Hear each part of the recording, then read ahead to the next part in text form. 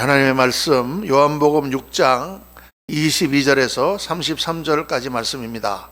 22절에서 33절 우리 한 절씩 교독하겠습니다. 이튿날 바다 건너편에 서 있던 무리가 배 한쪽 외에 다른 배가 거기에 없는 것과 또 어제 예수께서 제자들과 함께 그 배에 오르지 아니하시고 제자들만 가는 것을 보았더니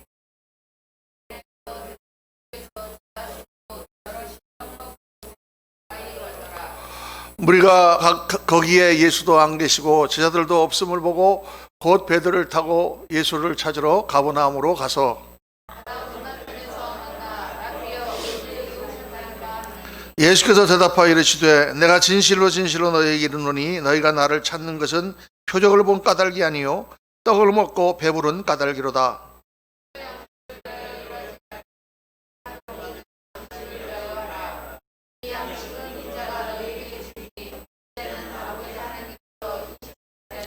그들이 묻되 우리가 어떻게 하여야 하나님의 일을 하오리이까?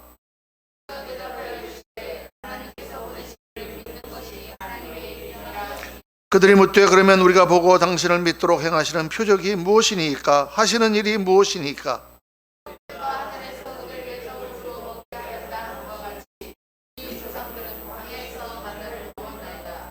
예수께서 이르시되 내가 진실로 진실로 너희에게 이르노니 모세가 너희에게 하늘로부터 떡을 준 것이 아니라 내 아버지께서 너희에게 하늘로부터 참떡을 주시나니 하나님의 떡은 하늘에서 내려 세상에 생명을 주는 것이니라.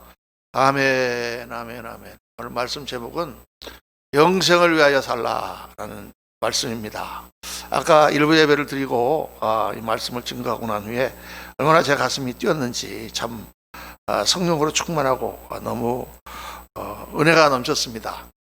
2부 예배 때도 그렇게 될 줄로 믿습니다. 할렐루야. 이 요한복음을 쭉 우리가 묵상을 하고 있는데, 강해를 하고 있는데, 요한복음의 전체적인 내용을 보면 계속 요한복음에서 강조되는 그러한 주제가 나옵니다. 그 주제를 쭉 살펴보시면은 생명이라는 단어가 계속 나오고, 그 다음에 영생이라고 하는 단어가 계속 요한복음에는 강조되어 있습니다. 요한복음이 쓰여졌을 당시는 이미 교회가 상당히 서서 거의 많은 교회들이 핍박 가운데 핍박을 거쳐 나오는 그런 상황이고 예수 그리스도에 대한 믿음이 많이 이렇게 떨어져 있을 그런 당시에 요한 사도가 정말 죽기 전에 마지막으로 하나님의 성령의 감동으로 예수 그리스도는 하나님의 아들이시며 우리에게 참 생명이 되신다고 하는 것을 강조하며 쓴 바로 그 복음서가 요한복음이죠. 그래서 마태, 마가, 누가복음을 공관복음이라 이렇게 말하고 요한복음은 그 후에 몇십 년 후에 기록된 그런 복음서로 구별하는 이유가 바로 거기에 있습니다. 그래서 우리가 이제 이 말씀 보면서 오늘 말씀 가운데 특별히 강조되는 내용이 바로 영원한 생명. 이 영원한 생명이라고 하는 것은 우리들의 신앙의 기초일 뿐만 아니라 또 우리들의 삶의 목표요, 우리의 삶의 모든 것을 떠받치고 있는 기초와 같은 것이다. 오늘 말씀은 언제 하신 말씀이냐? 예수께서 오병이어로 5,000명을 먹이신 기적이 일어나고 난 뒤에 일어난 사건입니다. 예수께서 오병이어로 떡 5덩이와 물고기 2마리로 5,000명을 광야에서 먹인 그 사건 후에 군중들이 너무나 감격해서 예수님을 왕으로 추대하려고 막 그랬죠. 근데 예수님이 그들을 피해서 산으로 가버리셨습니다. 그러니까 이들이 예수님이 도대체 어디 있느냐 막 찾다가 배를 타고 가버나움까지 건너와서 예수님을 만나서 대화한 내용이 이 요한복음 6장 22절에서부터 71절까지 거의 50절이나 되는 긴 내용이 여기에 기록되어 있습니다. 여기에서 예수님께서 그 백성들에게 하시고자 하는 그 메시지의 핵심이 다 나와 있어요. 우리가 한 3, 4주에 걸쳐서 이 말씀을 묵상할 텐데 오늘 첫 번째 그 말씀이 생명의 떡이신 예수, 그 가운데 영생을 위하여 살라.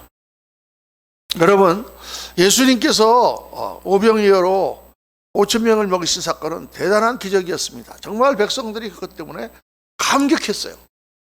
예수님이 이 양식 문제를 다 해결해 주신다면 정말 이 나라의 왕으로 삼으면 뭐 부족할 것이 있겠는가 이렇게 생각했다고 말이에요. 그런데 예수님께서 이 땅에 오신 목적은 결코 육신의 떡을 주시러 오신 것이 아닙니다. 이 땅의 양식은 잠깐 먹으면 배부르지만 또 안 먹고 있으면 다시 배가 고프다가 말이에요. 아무리 밥을 많이 먹어도 다시 그 다음날인 되면 배가 고픕니다. 그래서 요한복음 4장에 이미 그 말씀이 나오지 않습니까? 수가성 우물가의 여인에게 그 대화 가운데 그 피곤하고 공고한 인생을 사는 여인이 정말 우물가에 나가서 물을 기를 때 예수님께서 이렇게 말씀하시죠. 이 물을 마시는 자마다 다시 목마르려니와 내가 주는 물을 마시는 자는 영원히 목마르지 아니하리니 내가 주는 물은 그 속에서 영생하도록 솟아나는 샘물이 되리라.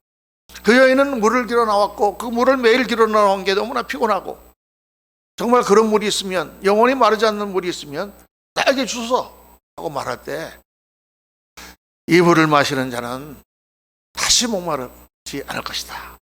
예수님께서 말씀하십니다.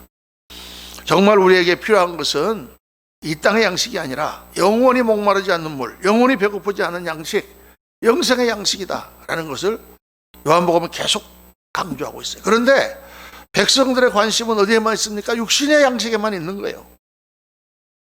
그들은 오병이어의 기적을 베푸신 예수님께 정말 감복하고 예수님을 왕으로 초대하려고 하고, 그리고 가버나움까지 예수님을 찾아오잖아요. 그때 예수님께서 뭐라고 말씀하십니까? 내가 진실로 진실로 너에게 이르노니 너희가 나를 찾는 것은 표적을 본 까닭이 아니요 떡을 먹고 배부른 까닭이로다. 너희가 정말 내가 행한 기적을 메시아의 표적으로 봤다면 그 표적을 보고 영생을 구했을 텐데 너희는 그저 배부른 육신의 일에만 관심 있구나. 그러니까 사람들은 묻습니다. 우리가 어떻게 해야 하나님의 일을 하겠습니까? 예수님이 썩을 양식을 위해서 일하지 말고 영생하도록 있는 양식을 위하여 하라. 그리고 이어서 뭐라고 말씀하시느냐? 하나님을 보내신 자를 믿는 것이 곧 하나님의 일이니라. 이 땅에 살면서 하늘나라의 일을 추구하는 것이 뭐냐? 하나님이 보내신 자 예수 그리스도를 믿는 것이, 그것이 하나님의 일이다 이렇게 말씀합니다. 그러면 어떤 생각이 듭니까? 아니 그럼 뭐 교회 나가서 예수만 믿으면 그게 하나님 일을 한다는 말인가? 우리가 뭐 세상의 일도 하지 말고 그냥 교회 나가서 예수님만 잘 믿는 것이면 되는 것이냐? 그렇게 생각하는데 이 말씀은 그런 뜻이 아니에요. 이 말씀은 예수 그리스도를 믿는 그것으로부터 모든 것이 나온다는 뜻입니다. 우리가 사는 삶의 모든 것이, 사람들의 관심은 지금 이 땅의 양식에 있습니다. 그리고 하나님의 일도 이 땅의 양식이 있어야 할 수 있다고 생각합니다. 여러분 우리도 그렇게 생각하지 않습니까? 우리도 교회를 세우려면 그래도 뭔가 돈이 있어야지. 또 우리가 뭔가 하나님의 일을 하려면 우리가 정말 세상에서 뭔가 물질을 많이 벌어야지. 그렇게 생각한단 말이에요. 그 말이 틀리지 않은 말이죠. 하나님의 일을 열심히 하려면 건강이 있어야죠. 건강에 받쳐주지 않으면 어떻게 하나님을 하겠습니까? 맞는 말이죠. 그런데 하나님의 보내신 자를 믿는 것이 곧 하나님의 일이다. 이 말씀 무슨 말이냐? 하나님께서 그 모든 것을 다 공급해 주시지 않느냐 그 말이에요. 우리가 정말 하나님의 일을 한다고 하면서 우리가 이 세상의 것을 구하는데 정말 그 목적이 확실하냐? 그걸 물어보시는 거예요. 예수님을 통해서만 우리가 하나님께로 나갈 수 있지 않습니까? 우리가 구원받는 거, 우리가 성결하게 되는 거, 우리가 사역을 하는 거, 우리가 다 예수님께 달려있지 않습니까? 아멘입니까? 그 모든 것을 공급하시는 분은 누구십니까? 하나님이 우리에게 공급하시는 것이죠. 하나님이 우리에게 공급하시지 않으면 우리는 아무것도 할 수가 없다는 것입니다. 그러니까 예수 그리스도를 믿는 것에서부터 정확하게 우리가 어디에서 모든 것이 공급되고 우리가 무엇을 향하여 나가며 무엇을 목표로 하며 어떻게 우리가 하는 모든 것들이 다 결정된다고 말합니다. 이게 명확한 것이 오늘 이 시대에 오늘 그리스도인들이 가져야 될 가장 중요한 그러한 믿음이다. 저는 이렇게 봅니다. 우리가 일을 많이 하고 적게 하고 내가 무슨 일을 도모하고 하는 것이 중요한 것이 아니라 사실은 예수님을 믿고 우리의 주인이신 그분께서 나에게 명령하시는 일을 하는 것이 가장 중요한 일이고, 내가 일을 많이 하는 것이 아니라 그분이 나에게 시키시는 일을 하는 것이 중요한 것이죠. 이런 게 우리에게 명확하다면 우리의 삶은 굉장히 강건해질 것입니다. 이 사람들이 이 말을 이해를 못하는 거예요. 자꾸 딴소리를 하는 거예요. 아니 선지자 메시아가 아니라는 게 아닙니다. 모세가 광야에서 떡을 내려준 것처럼 지금 선생님이 우리에게 떡을 이렇게 주지 않았습니까? 당신은 참 선지자요 메시아입니다 고백을 하지만 이들은 예수님을 그냥 이 땅의 메시아, 이스라엘을 회복할 메시아 정도로밖에 모르는 거죠. 오늘 말씀을 통해서 예수님이 우리에게 주시는 말씀이 뭡니까? 영생을 위하여 살라. 영생을 위하여 살라. 이게 우리의 삶의 테두리 안에서 확실한 방향을 잡고 있어야 된다.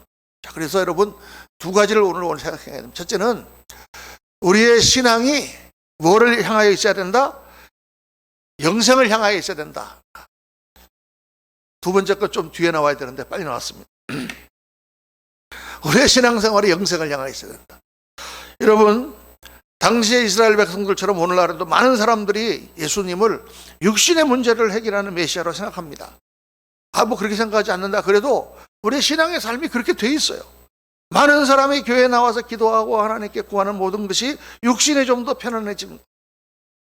내가 정말 하늘나라 영광을 위해 쓰임받기를 원합니다. 영원한 가치를 위하여 나의 삶을 불태우기를 원합니다. 그러는 마음보다도 육신 건강하고 내 사업이 잘 되고 돈도 더 많이 벌고 우리 자식들도 잘 되고 좋은 학교 가고 하는 그런 육신적인 만족에 우리의 신앙의 초점이 맞춰져 있지 않냐 그 말이에요. 그게 우리의 지금 문제가 아닌가요? 여러분 절대 하나님께 그런 것을 구하는 것이 나쁘다는 얘기가 아닙니다. 그런 것을 구하라고 주님 말씀하셨고 우리는 구해야 됩니다. 그런 것조차도 만물을 주관하시는 하나님, 그분이 우리에게 주시는 것이라는 것을 인정하고 겸손하게 하나님 앞에 나와서 무릎을 꿇고 우리가 기도해야 됩니다. 성경 주님은 기도할 때에 일용할 양식, 우리가 매일 먹고 사는 것조차도 하나님께 기도하라고 말씀했어요. 그거는 범사에 하나님을 의지하고 정말 모든 것을 하나님이 주시는 것이라고 인정하고 정말 하나님 중심으로 살아라는 그런 말씀이죠. 그러니까 그런 신앙은 굉장히 건강한 신앙이고 좋은 신앙이에요. 근데 문제는 뭐냐? 이 땅에서 구하는 우리의 육신적이고 물질적인 그러한 모든 것들이 원래 우리가 추구해야 되는 영원한 삶으로 연결되지 않는다는 것이 문제다. 영원한 영광과 그 가치로 연결되지 않는다면 우리가 구하는 모든 육신적인 거 물질적인 것들은 우리를 더 하나님과 멀어지게 만드는 것으로 작용하는 것입니다. 여러분 이걸 잘 생각을 해보십시오. 우리가 하나님께 나와서 돈을 많이 버는 것, 그것을 참 구합니다. 사업을 해서 크게 일어나게 해주옵소서. 구하는 게 나쁘다는 게 아니에요. 하나님, 목사님 기도해 주십니다. 집사님 축복을 많이 받아서. 근데 그 많이 축복을 받은 것이 영원한 나라 하나님의 영광을 위하여 쓰여지고 그 나라를 목표로 해서 가지 않는다면 그 모든 물질과 그런 것들은 그를 하나님과 더 멀어지게 하는 것으로 작용한다 그 말이에요. 저는 목회를 하면서 그런 거를 얼마나 많이 받는지 모릅니다. 그게 하나님 앞에 쓰여지고 하나님의 영광을 위하여 그 삶이 드려지고 그런다면 너무나 좋은 것인데, 그러나 그런 것들이 우리를 하나님과 더 멀어지게 하는 것이 되면 안 된다 그 말이에요. 여러분 예수님은 우리의 육신의 문제를 해결해 주시는 분입니다. 오늘도 우리 가운데 오셔서 우리의 병을 낫게 하시고 우리의 문제를 해결해 주시고 우리의 모든 것을 복 주셔서 정말 영혼이 잘된 같이 범사에 강건하고 잘 되도록 해주시는 그런 분이지만 우리의 신앙의 궁극적인 목표는 육신을 위한 것이 돼서는 안 된다. 우리 신앙의 본질은 영생을 위한 것이 돼야 돼. 그게 명확하면 우리는 이 땅에서 승리할 수가 있는 것입니다. 우리가 왜 오늘 열심히 여러 가지 정말 거룩하고 아름다운 삶을 살려고 노력하고 애쓰고 교회 열심히 나오고 열심히 신앙생활을 합니까? 그 이유는 영원한 영광과 영원한 생명을 위한 거예요. 우리 이영호 목사님이 인도의 선교사로 지금 나가려고, 지금 코로나 때문에 못 나가고 있지만 내년 봄이라도 풀리는 대로 나가야 됩니다. 인도에 왜 갑니까? 우리 영호 목사님 네 분과 가족이 인디아나 존스처럼 무슨 보물을 캐러 갑니까? 거기 가면 얼마나 여러분 인도를 가보십시오. 그 어려운 환경에 가는 것은 영원한 나라 영광을 위하여 가는 거예요. 그 외에 다른 목적이 있을 수가 없는 거잖아요. 저도 왜 이렇게 나이가 들어서까지 열심히 목회를 합니까? 영원한 영광이 있기 때문이죠. 그걸 바라보고 하는 거예요. 이 땅의 영원한, 이 땅의 편안함을 쭉 하면 벌써 얼마든지 편안하게 살 수 있는 길이 많이 있는 것입니다. 그거를 잊어버리면 안 된다, 절대로. 여러분, 우리 인간이 근원적이 필요한 것은 떡이 아니에요. 떡인 것 같지만 사실이 아닙니다. 이 떡만 문제만, 요 문제만 해결해 주면 내가 편안해질 것 같지만 그렇지 않습니다. 또 다른 문제가 생겨요. 이것만 내가 성취하면 다 될 것 같지만 아니에요, 여러분. 또 다른 것을 성취돼야 돼요. 내가 챔피언만 따면 딱 될 것 같은데 그날로부터 나는 그 챔피언을 도전하는 사람들에 의해서 떨어질까 봐 걱정하며 사는 게 우리 인생이에요. 목회를 해봐도 목사님들이 사역의 목표를 가지고 막 합니다. 몇 명만 더 되고 우리 교회가 이렇게 되고 예배당만 지으면 하고 가지만 그게 또 당시 설치되고 나면 어떻게 됩니까? 그러면 또 다른 목표가 있어야 되고 안 그러면 우리 영이 해이되고 그렇게 되는 거죠. 그런 것들은 다 우리가 이 땅에서 열심히 추구하는 것들이지만 그게 영원한 영광을 위하여 한다고 하는 분명한 목표 가운데 설정되어 있을 때 강력한 힘을 발휘하는 것이고 그것이 진짜 축복이 되는 것입니다. 그래서 예수님이 제시한 영생, 내가 곧 생명의 떡이니 예수님이 떡이요 해답이요 우리 인생의 필요를 충족시켜주고 참 만족을 주시며 그런 분이라는 것을 우리가 믿고 그분을 따라가는 것, 그것이 정말 참 인생이요 그 영생에 초점을 맞출 때 우리의 신앙생활이 바르게 된다. 이게 이 시대에 특별히 확실해져야 되는 거예요. 여러분, 이 신앙이 확실한 사람은 전천후 신앙자입니다. 전천후라는 말이 뭐예요? 영어로 얘기하면 all weather. 타이어도 그런 게 있거든요. 겨울에 스노우 타이어를 갈아 끼고 뭐 이러다가 all weather 타이어 그러면은 포시즌 타이어, 그건 항상 끼고 다니는 타이어다. 어떠한 환경에도 다 이길 수 있는 타이어다. 그런 뜻입니다. 그러니까 우리 신앙생활이 어떤 신앙자가 되어야 되느냐? 어떠한 환경이나 어떠한 상황 가운데서도 감사하고 하나님을 기뻐하며 승리하는 그런 신앙자가 되어야 된다고 말이에요. 돈이 있거나 없거나 날씨가 좋거나 나쁘거나 뭐 정치적이나 경제적인 상황이 어떻게 되든지 간에 우리는 그 가운데서 하나님을 감사하고 하나님을 섬기며 하나님을 점토하며 하나님 나라를 추구하는 그런 신앙자. 옆에 사람이 뭐라고 그러든지 말든지 누구랑 조금 뭐가 있든지 말든지 확실하게 신앙생활하는 그런 신앙자가 필요하다는 것이죠. 이 시대는 특별히 더.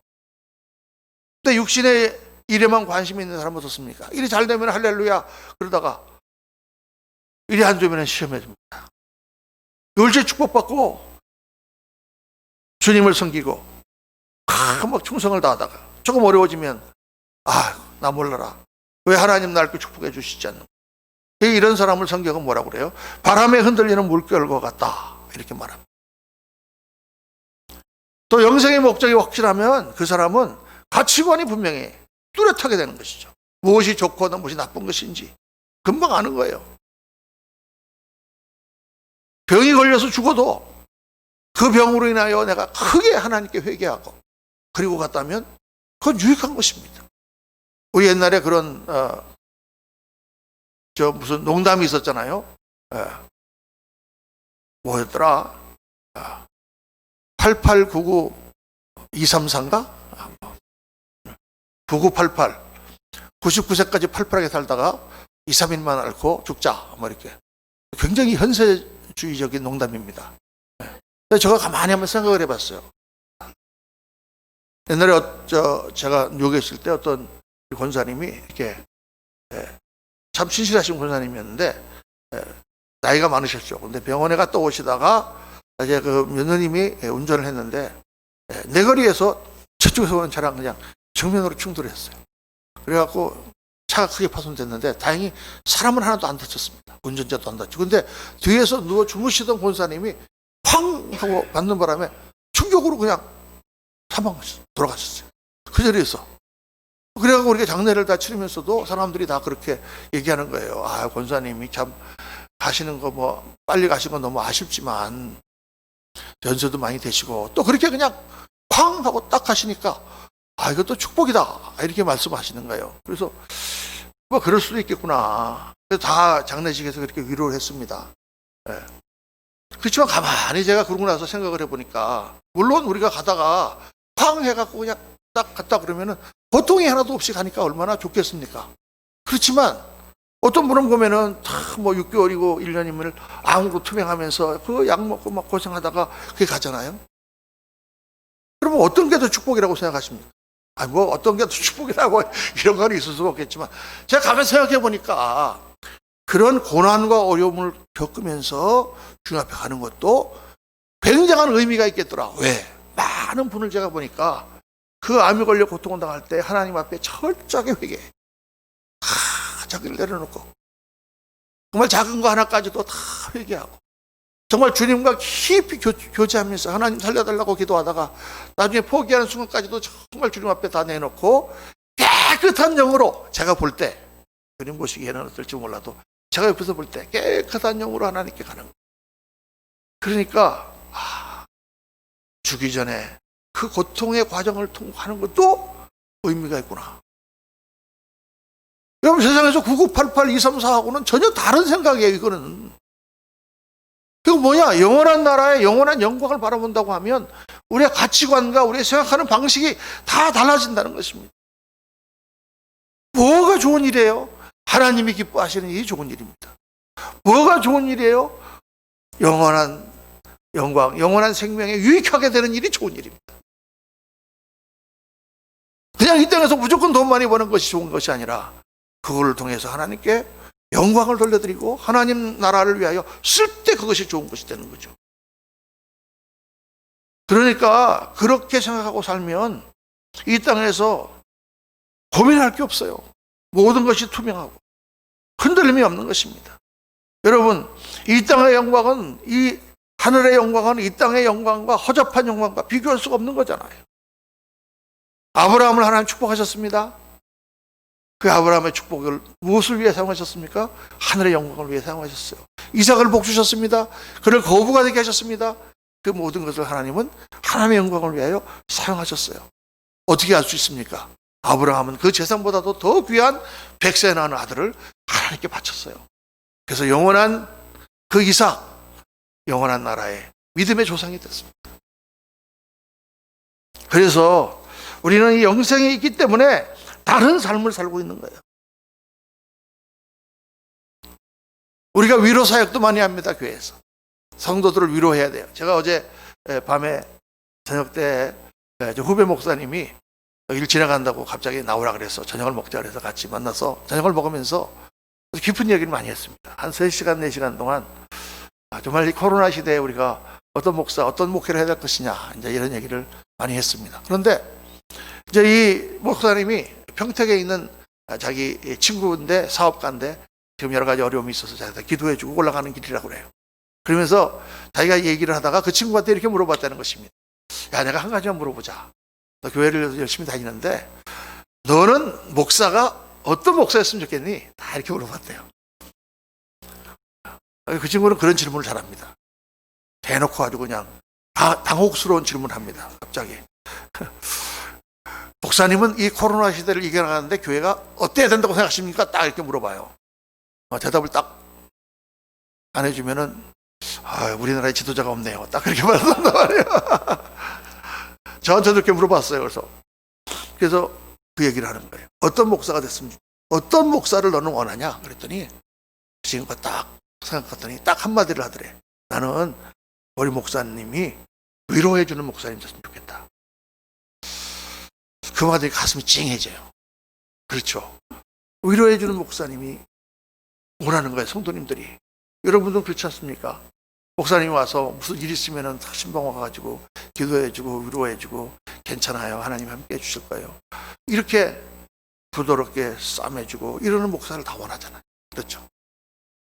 그래서 제가 그랬어요. 야, 나 그거 미국에서 30년 동안 했다. 미국의 이민 목회는 위로의 목회가 안 될 수가 없어요. 왜냐하면 물론 한국도 어렵고 미국도 어렵고 사람 사는 거 다 어려운 건 마찬가지지만 미국은 이게 이 외국이라는 데 와가지고 언어도 안 통하지, 영어도 잘 못하는데 가면은 뭐 인종차별 받는 기분도 들지, 뭐 모든 게 다 어렵잖아요.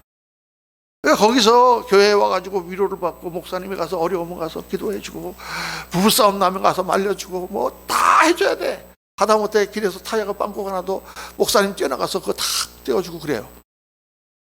믿어집니까, 여러분? 그렇게 돌보는 목회를 많이 합니다. 그 목회가 참 훌륭한데 30년을 목회하면서 내린 결론은 그런 위로와 돌봄은 성도를 변화시키지 못한다. 그때 위로받을 때는 목사님 감사합니다 그러지만 조금 상황이 달라지면은 목회와 목사님과 교회를 욕하고 떠나는 성도들이 얼마나 많은지 몰라요. 그러나 그 중에서 변화되는 성도는 어떤 사람들이냐? 하나님의 말씀을 배우고 그들의 생각이 변하고 참 제자가 되기로 결심한 사람들, 그들이 교회를 세우고 그들이 남는 성도들이지, 위로받은 성도들은 그냥 애기처럼 위로만 받는 것 뿐이에요. 그래서 제가 느낀 결론이 그 목사님한테 그렇게 말했습니다. 오늘 이 시대에 우리 교회가 코로나를 이기고 승리하려면 어떻게 되느냐? 우리 성도님들의 사상이 바뀌어야 된다 그랬어요. 사상이라는 말은 조금 세상에서 쓰는 말이지만 기독교적인 사상. 내가 예수를 믿기 때문에 영원한 나라를 바라보기 때문에 나는 어떻게 산다. 우리 가정은 어떻다. 우리 자녀들은 어떻다. 우리 자녀들이 잘 돼야 됩니다. 높은 자리에 올라야 됩니다. 좋은 학교를 나와야 됩니다. 왜? 그냥 높아지기 위해서가 아니라 하나님 나라의 영광을 위해서. 그대 하나님께 더 큰 인물로, 다니엘과 같은 인물로 쓰임받기 위해서. 이게 명확해야 된다고 말이에요. 순서가 바뀌면 안 됩니다. 그러면 우리는 그 자녀들을 정말 축복해서 그들이 사람들을 위해 머리가 되고 꼬리가 되지 않는 그런 아이들로 만들 뿐만 아니라 하나님 앞에 쓰임받아서 영원한 나라의 영광을 받는 그런 아이들로 우리가 세우는 거예요. 그게 진짜 축복이지. 애들이 뭐 공부 잘해갖고 지 잘 나가고 그런 다음에 하면 그냥 지만 그냥 맨날 하고 형제들하고 동구 때문에 싸우고 그냥 부모는 거들떠보지도 않고 교회도 잘 안 나오면 그게 무슨 축복입니까? 그 아이들의 결국이 뭐 지옥이나 갈까? 그렇죠? 그러니까 이 순서가 바뀌면 절대 안 된다. 그게 딱 되고 나면 교회나 모든 게 흔들리잖아요, 여러분. 제가 언젠가 제가 한국에 이제 부흥에 나왔는데 그때 어떤 우리 친구 목사님들이 소개를 해갖고 신월동 옆에 가면은 여월동이라는 데가 있더라고요. 여월 성결교회라고 하는 교회에서 제가 저녁 예배를 인도하게 됐습니다. 오라고 이제 초청을 해서 갔더니 그 목사님이 신문기자 출신인데 신문기자 하시다가 은혜를 받아가지고 이제 신문사 그만두고 신학교 나와가지고 목회하시는 분이에요. 그게 정말 어렵게 교회를 개척해가지고 여월동에다가 예배당을 지하로 파서 위에 올리고 했는데 한 300석, 250석 이렇게 해가지고 정말 목회를 아주 알차게 하시는 분이더라고요. 근데 그날을 갔더니 그게 여선교회 헌신예배야. 그래서 이제 집사님 권사님들이 한복 입고 나와가지고 뭐 앞에서 다 주보 돌리고 뭐 헌금송도 앞에 나와가지고 또 예쁘게 차려입고 나와서 하고 막 그러는 그런 이제 가운데 제가 설교를 했습니다. 또 오랜만에 한번 오면은 그냥 또 이렇게 열이 또 나갔고 미국에서 목사가 또 눈치 없이 또 설교를 막 거의 1시간 가까이 또 이렇게 했습니다. 은혜를 많이 받았어요, 우리 성도들이. 할렐루야. 네. 그런데 이제 끝나고 나서 목사님이랑 같이 식사를 하러 갔는데 목사님이 그러시는 거예요. 근데 사실 우리 교회가 2주 전에 큰 일이 있었습니다. 근데 오늘 이렇게 예배가 너무 은혜스러워서 감사합니다. 그러는 거예요. 그래서 내 메시지가 너무나 맞았대. 그래서 그러시냐고. 무슨 일이 있으셨냐 그랬더니 2주 전에 주일날인데 주일날 저녁 때 충청도 예산에서 올라오셔갖고 신앙생활하는 교회 나온 지 한 6개월밖에 안 되는 성도님이 계셨대요. 근데 그 성도님 아버님이 나이가 많이 드셔가지고 돌아가신 거예요. 그러니까 이 성도가 우리 목사님이 오셔서 장례식을 좀 해주십시오. 그래서 그 밤에 저녁 예배 끝내고 밤에 전도사님이 운전하고 장로님이 앞에 타고 목사님 뒤에 타고 그 충청도 내려가. 그때만 하더라도 뭐 길이라든가 이런 게 좀 허접한 데가 많이 있는데 그렇게 내려가다가 이 시골길을 가다가 밤에 불도 없고 그러니까 헤매다가 이 차가 저수지에 빠진 거예요. 목사님 뒤에서 피곤하니까 이제 주무시고 계시다가 누워서 갑자기 막 물이 확 들어오니까 그리고 놀래갖고 보니까 이미 차는 물속으로 들어갔고 물이 막 들어오고 있는데 앞에 전도사님과 장로님은 보이지 않고 자기가 문을 막 여는데 이 문이 열리지 않더라는 거야, 수압 때문에. 그래갖고 막 간신히 막 발로 차고 해갖고 문을 열고 확 허부적허부적하고 저수지를 빠져나왔는데 나와보니까 전도사님은 나와 앉았는데 장로님이 안 보이는 거야. 그 장로님이 그 교회에서 제일 신앙이 좋고 충성된 장로님이라고 합니다. 부천시 시의원이었대. 부천시 시의원. 그러니까 뭐 이게 장례식 갔다가 여기서 그냥 초상이 나버린 거죠. 그 돌아왔는데 목사님이 정말 제가 죽고 장로님이 살아야 되는데 이 목사가 살아서 얼마나 죄스러운지 모르겠다고. 그러면서 그런 이야기를 하는 거예요. 그러고 제가 그래요. 그런데 그 교회 굉장히 교회가 어렵겠네요. 그랬더니 뭐 교회야 어려움이 없지만 제가 그냥 죄스럽죠. 그런 거예요. 교회가 어려움이 없어요? 내가 너무 놀란 거예요. 그때. 왜냐하면 이민 목회를 할 때 이민 목회 자체가 다 성도들 가면서 이렇게 쌓아놔주는 목회를 하니까 조금만 무슨 일이 있고 그래도 그냥 교회 그냥 난리가 납니다. 교회 가다가 애들이 이렇게 좀 사고가 나갖고 수련회 가다가 애가 눈썹 찢어진 것만 가지고도 난리가 나가지고 그냥 교회를 소송을 걸겠다 했다가 난리를. 그때 목사님이 상처받고 그러는 게 우리 분위기인데 장로님이 거기서 그냥 돌아가셨는데, 그런데 그 장로님 부인이신 권사님이 다 교회에 나와서 다 하나님께서 데려가실 때가 데려가신 거고 정말 감사하다 이렇게 또 고백을 하고, 그날 분위기가 그 한복을 입고 나와서 그 여성교회 헌신예배를 인도하는 하는 모든 거가 전혀 제가 그걸 못 느꼈다고 말이에요. 야, 정말 대단한 교회로구나. 저는 정말 그때 은혜를 받았어요. 야, 한국에도 이런 교회가 있구나. 장로님이 그런 사고로 인해서 목사님하고 같이 가다가 쫓아냈지만 그건 그거고 전혀 동요하지 않고 교회를 세우는 성도를 보면서 야, 한국 교회는 정말 세다 이렇게 생각을 했어요. 그때. 그래서 미국 가서도 제가 그 얘기를 많이 했어요. 조금만 무슨 일이 있다고 그렇게 동의하고 교회 나간다고 그러지 마라. 이런 교회도 있다. 이러면서 내가. 여러분, 하늘나라 영생을 우리가 목표로 딱 삼고 살면은 흔들림이 없습니다. 하나님이 하시는 일을 우리가 분별하고 기도 가운데 영적인 분별력이 딱 생기는데 뭐 어려움이 있어요. 그래서 교회도 교회의 방향이 영생을 향하여 있어야 된다. 교회 사역이라든가 교회 생활을 하는 모든 목적이 영원한 생명, 영원한 하나님의 나라에 포커스가 맞춰져야 돼요. 지난주에 제가 오병이어의 기적을 말씀하면서 구제사역의 필요성에 대해서 말씀했습니다. 오늘날 굶어 죽는 사람 별로 없으니까 옛날 같은 구제사역은 아니더라도 교회가 사회에 좋은 일을 하고 칭찬받는 일들을 해야 된다. 그런데 그런 모든 구제사역이라든가 사회활동에 가장 중요한 포인트는 뭐냐? 그것이 반드시 영원한 생명과 하나님 나라와의 영광과 연결되어 있어야 된다는 거죠. 네. 그래야 되는 거죠. 안 그러면 세상에서 하는 사회사업과 다를 바가 아무것도 없죠. 교회에서 친교를 하고 또 본가을 야유회도 가고 여러 가지 활동을 다 하는 것은 그것이 다 하나님이 기쁘시게 하고 하나님 영광에 도움이 되는 것인가를 우리가 생각해 보면은 딱 나오는 거예요.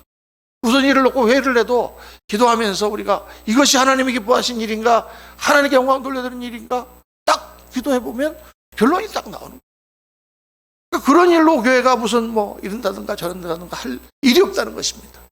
이것만 분명한다면. 영혼을 바라보고 주님 말씀대로 살면 교회가 힘이 생깁니다. 하나님의 임재와 역사가 거기에 있습니다.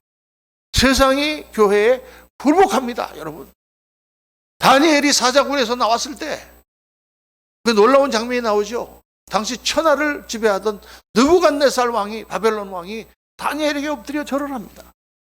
내가 섬기는 하나님은 진짜 하나님이다. 왜? 다니엘의 역사가 나타났습니다.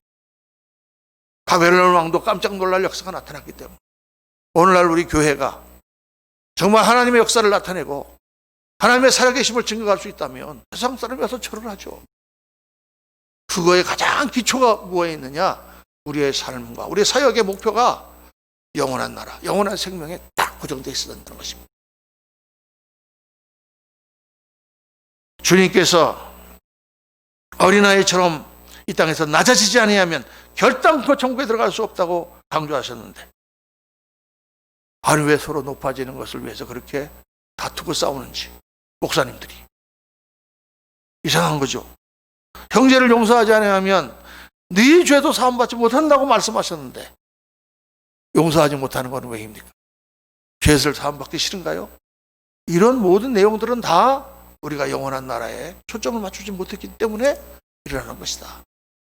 오늘 말씀을 묵상하면서 여러분 영생을 위하여 신앙생활을 하시기를 주의 이름으로 축원합니다. 떡을 보고 따라다니는 그런 신앙에 머무르지 말고 하나님의 영광과 하나님의 능력 가운데 복을 받되 정말 영원한 나라, 영원한 영광을 목표로 하는 신앙의 삶을 살아야 됩니다. 어려운 일이 있더라도 힘을 내세요. 왜? 하나님을 사랑하는 자고 그 뜻대로 부르심을 입은 자들에게는 모든 것이 합력하여 선을 이루신다.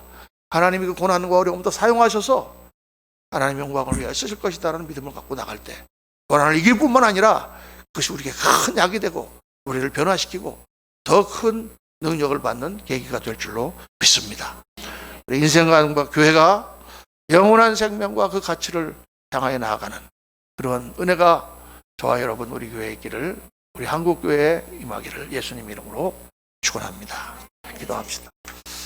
아버지 하나님, 오늘 저희들 하나님 말씀을 묵상하며 은혜를 받습니다. 그렇습니다. 아버지 하나님, 오늘 우리가 수고하고 고생하며 눈물을 흘리고 기도하는 모든 것이 영원한 나라 주님을 만나고 그 영광이 이 땅에 임하며 또한 그 하나님의 영광을 바라보고 하는 것일진데 저희가 그 목표를 잊어버리고 살 때가 얼마나 많았는지 모릅니다.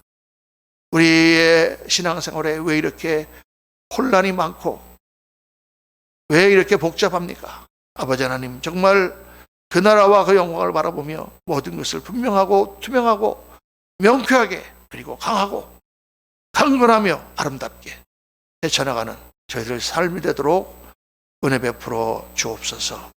우리 구주 예수 그리스도 이름으로 기도하옵나이다. 아멘. 아멘.